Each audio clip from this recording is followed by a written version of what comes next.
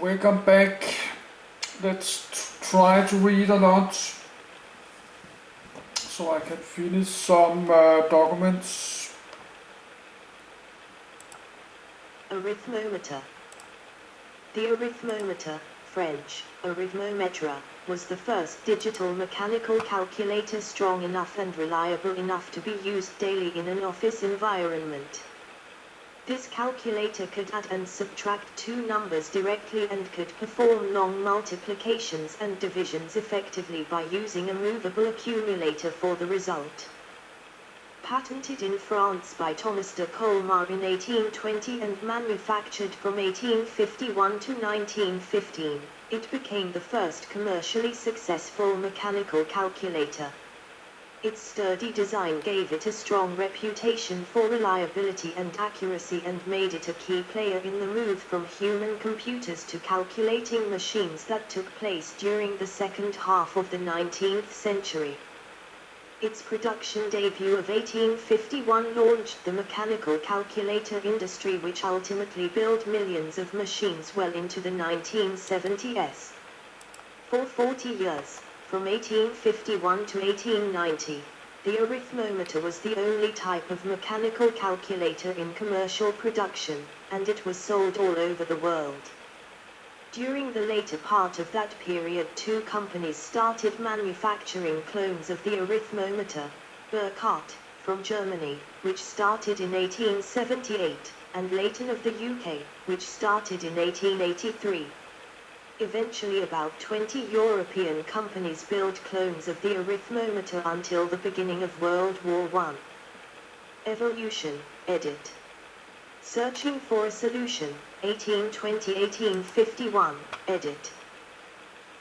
The arithmometers of this period were four-operation machines. A multiplicand inscribed on the input sliders could be multiplied by a single-digit multiplier by simply pulling on a ribbon, quickly replaced by a crank handle.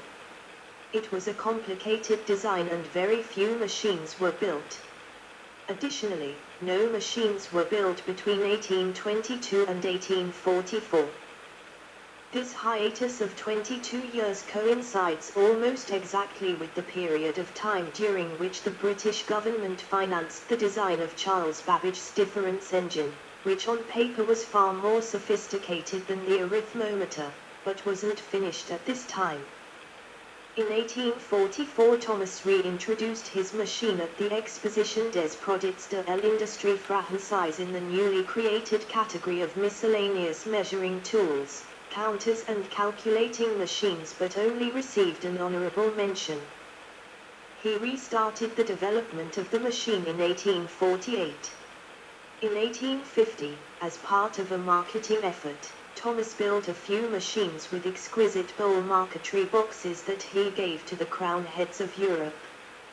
He filed 2 patents and 2 patents of addition in between 1849 and 1851. Creating an Industry, 1851-1887, edit. One of the first machines with a unique serial number, 10-digit machines with serial numbers from 500 to 549, built around 1863. The multiplier was removed, making the arithmometer a simple adding machine, but thanks to its moving carriage used as an indexed accumulator, it still allowed for easy multiplication and division under operator control. It was introduced in the UK at the Great Exhibition of 1851 and true industrial production started in 1851. Each machine was given a serial number and user manuals were printed. At first, Thomas differentiated machines by capacity and therefore gave the same serial number to machines of different capacities. This was corrected in 1863 and each machine was given its own unique serial number starting with a serial number of 500. The constant use of some of the machines exposed some minor design flaws, like a weak carry mechanism, which was given an adequate fix in 1856, and an over-rotation of the Leibniz cylinders when the crank handle is turned too fast, which was corrected by the addition of a Maltese cross. A patent covering all these innovations was filed in 1865. Because of its reliability and accuracy, government offices, banks, observatories and businesses all over the world started using the arithmometer in their day-to-day operations. Around 1872, for the first time in calculating machine history, the total number of machines manufactured passed the 1,000 mark. In 1880, 20 years before the competition, a mechanism to move the carriage automatically was patented and installed on some machines, but was not integrated into the production models. The Golden Age, 1887-1915, edit. Under the management of Louis Payen, and later his widow, many improvements were introduced, such as an incline mechanism, a removable top, cursors and result windows that were easier to read, and a faster re-zeroing mechanism. Many clone makers appeared during that period, mostly in Germany and the United Kingdom. Eventually 20 independent companies manufactured clones of the arithmometer. All these companies were based in Europe but sold their machines worldwide. The fundamental design stayed the same, and after 50 years at the top, the arithmometer lost its supremacy in the mechanical calculator industry.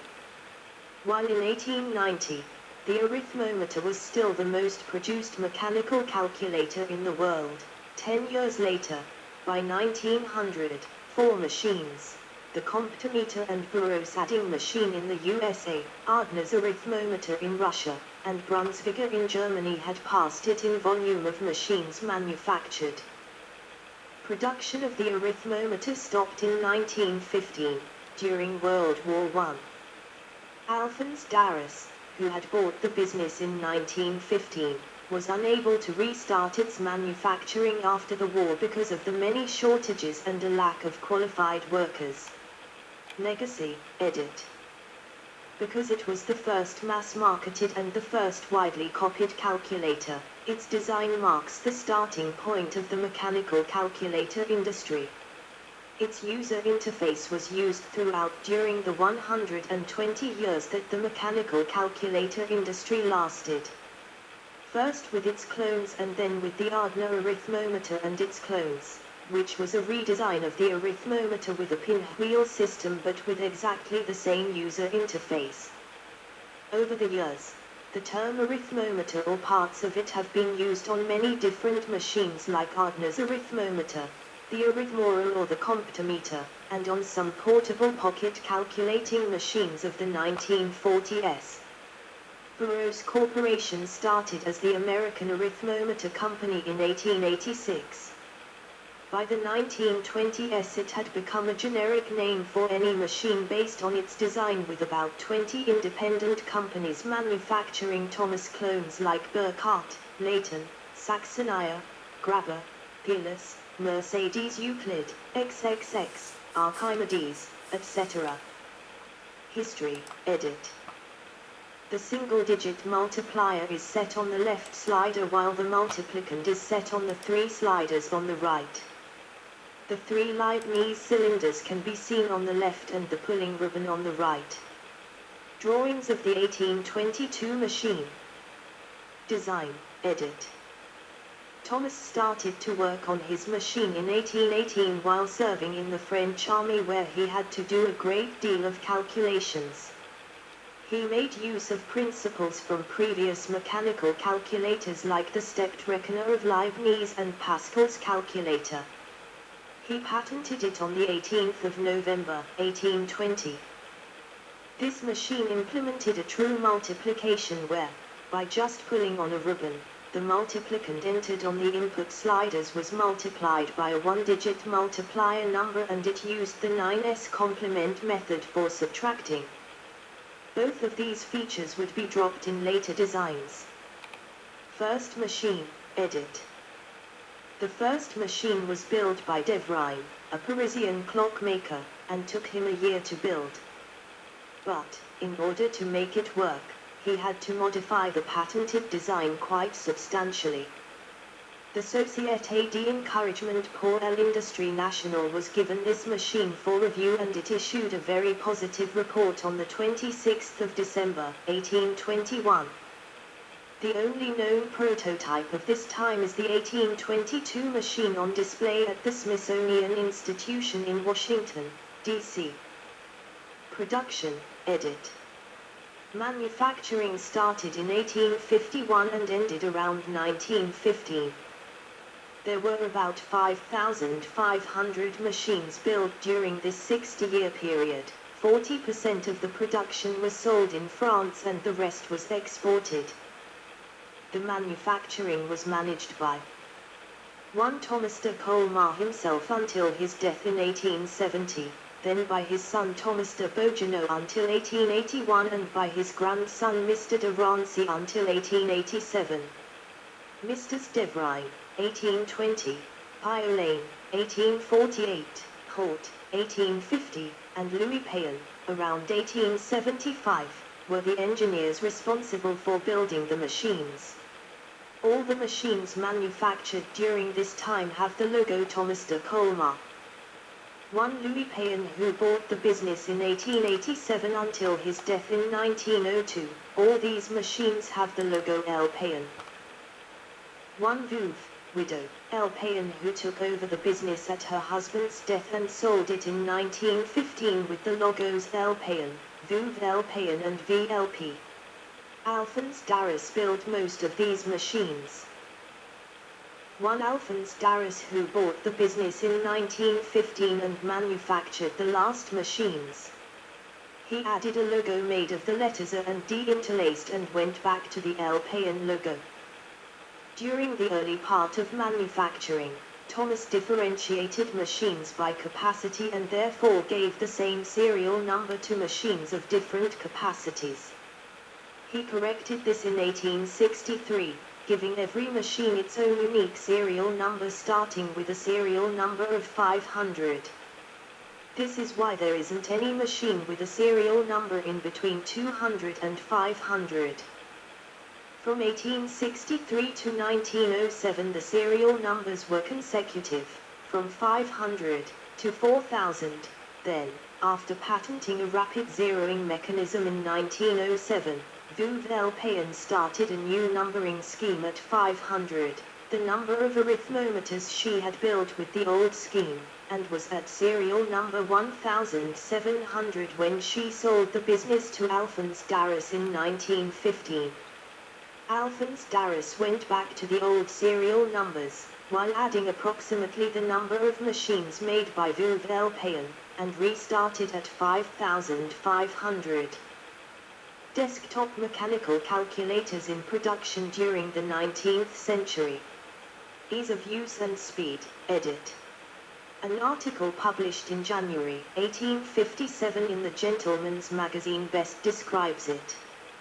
M. Thomas's arithmometer may be used without the least trouble or possibility of error, not only for addition, subtraction, multiplication, and division, but also for much more complex operations, such as the extraction of the square root, involution, the resolution of triangles, etc.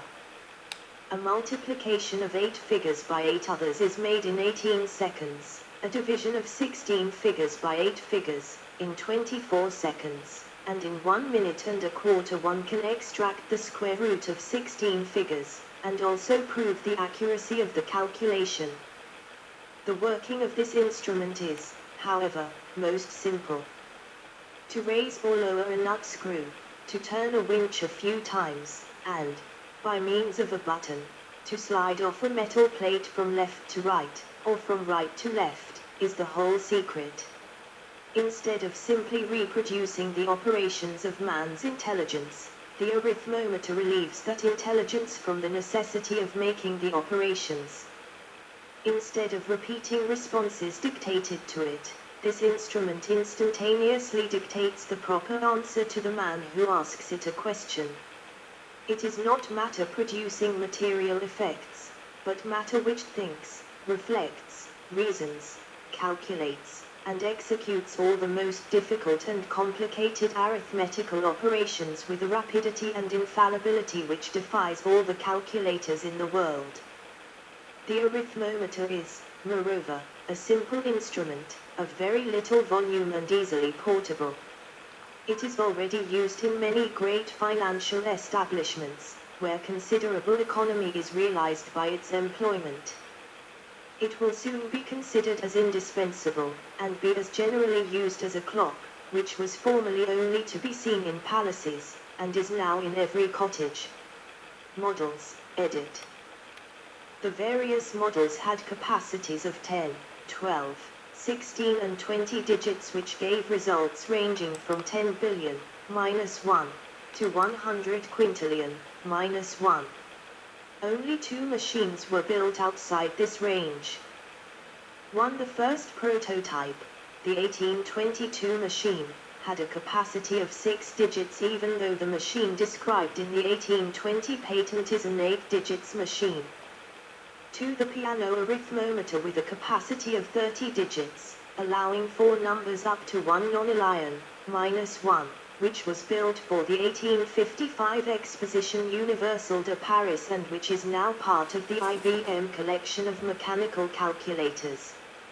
Jules Verne must have been quite impressed by this machine because in his novel Paris in the 20th Century, after mentioning Pascal and Thomas de Colmar, he talks of mechanical calculators that will be some huge pianos with keyboards of keys that will deliver answers instantaneously to anyone that can play them. The last 10-digit arithmometers were built in 1863 with the serial numbers 500-549. After this the smallest machines were 12-digit machines. All the machines, regardless of capacity, were about 7 inches, 18 centimeters, wide and from 4 up to 6 inches, 10 to 15 centimeters, tall. The tallest ones had an incline mechanism. A 20-digit machine was 2 feet 4 in, 70 centimeters, long while the length of a 10-digit machine was around 1 foot 6 in, 45 centimeters. Prices, edit. A 12-digit arithmometer sold for 300 francs in 1853, which was 30 times the price of a table of logarithms book and 1,500 times the cost of a first-class stamp, 20 French cents. But, unlike a table of logarithms book, it was simple enough to be used for hours by an operator without any special qualifications. An advertisement taken from a magazine published in 1855 shows that a 10-digit machine sold for 250 francs and a 16-digit machine sold for 500 francs. Development costs, edit. In 1856, Thomas de Colmar estimated that he had spent 300,000 francs of his own money during the 30 years that he perfected his invention. Physical design, edit. The arithmometer is a brass instrument housed in a wooden box often made of oak or mahogany and for the oldest ones ebony, solid or veneer. The instrument itself is divided into 2 parts. Front panel of a Thomas arithmometer with its movable result carriage extended. Input control execution, edit. The bottom part is composed of a set of sliders that are used to input the value of the operands.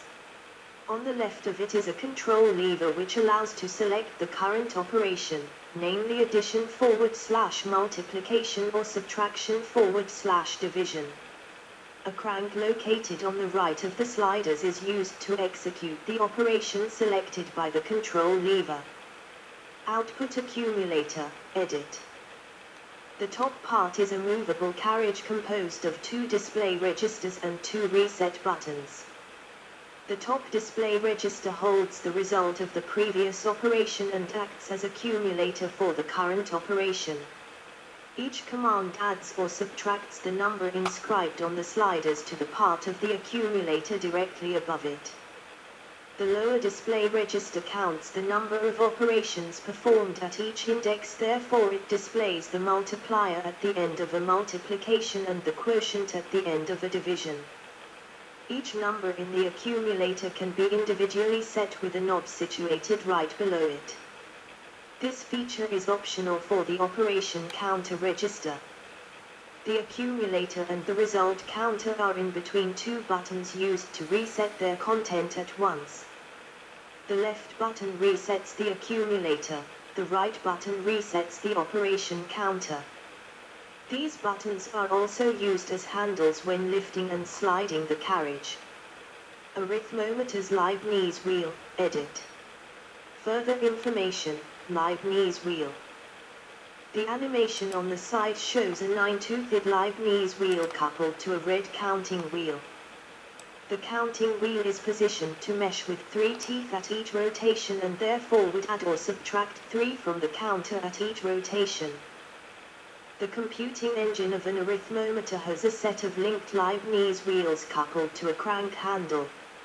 Each turn of the crank handle rotates all the Leibniz wheels by one full turn. The input sliders move counting wheels up and down the Leibniz wheels, which are themselves linked by a carry mechanism. In the arithmometer, the Leibniz wheels always turn the same way. The difference in between addition and subtraction is achieved by a reverser operated by the execution lever and located in the movable display carriage. Operations, edit. Sliding the top carriage, edit. First lift the carriage using the reset buttons located at its extremities, then slide it. The carriage can only be moved to the right initially. Release it when it is above the index you want, ones, tens, hundreds. Resetting the displays, edit. First lift the carriage using the reset buttons located at its extremities, then turn them to reset the display registers. The left button resets the accumulator, the right button resets the operation counter. Addition, edit. Set the control lever to addition / multiplication and reset the display registers. Each turn of the execution lever adds the number from the sliders to the accumulator. So input the first number and turn the lever once, it adds it to 0. Then enter the second number and turn the lever once more. Multiplication, edit. Set the control lever to addition / multiplication and reset the display registers. To multiply 921 by 328, first input 921 on the input sliders and then turn the execution lever 8 times. The accumulator shows 7,368 and the operation counter shows 8. Now, shift the carriage to the right once and turn the lever 2 times. The accumulator shows 25,788 and the operation counter shows 28. Shift the carriage one last time to the right and turn the lever 3 times. The product 302,088 appears on the accumulator and the operation counter displays the multiplier 328. Subtraction, edit. Set the control lever to subtraction / division. Lift the carriage, then reset the display registers and input the minuend, right justified, into the accumulator using the corresponding knobs. Lower the carriage to its default position and then set the subtrahend onto the input sliders and turn the execution lever once. Integer division, edit. Set the control lever to subtraction / division and set the divisor onto the input sliders. While keeping the carriage lifted, reset the display registers, set the dividend, right justified, using the corresponding knobs and shift the carriage so that the highest number in the dividend corresponds to the highest number in the divisor. Lower the carriage, then turn the execution lever as many times as required until the number situated above the divisor is less than the divisor. Then shift the carriage once to the left and repeat this operation until the carriage is back to its default position and the number in the accumulator is less than the divisor. Then the quotient will be in the operations counter and the remainder will be what is left over in the accumulator. Decimal division, edit. In order to increase the decimal division accuracy, add as many zeros as required to the right of the dividend, but still input it right justified, and then proceed as with an integer division. It is important to know where the decimal point is. When you read the quotient, some markers, first ivory and then metal, were usually sold with the machine and used for this purpose. Variance, edit. In 1885, Joseph Edmondson of Halifax, UK, patented his circular calculator, essentially a 20-digit arithmometer with a circular carriage, the slides being arranged radially around it, instead of the straight sliding carriage. One benefit of this was that the carriage always remained within the footprint, to use a modern term, of the machine, instead of overhanging the case at one side when the higher decimal places were in use. Another was that one could make a calculation of up to 10 places, using half the circumference of the carriage, and then turn the carriage through 180 degrees. The result of the calculation was locked in place by means of brass prongs mounted on the framework, and one could leave it there while making an entirely new calculation using the fresh set of display windows now brought into alignment with the sliders. Thus the machine could be said to have a rudimentary memory. See the Region Masculine Illustrated website, external links below, for pictures and a description. See also, edit. 1 adding machine. 2 comptometer. 3 difference engine. 4 Napier's bones. 5 Pascal line. 6 slide rule. 7 Z1, computer.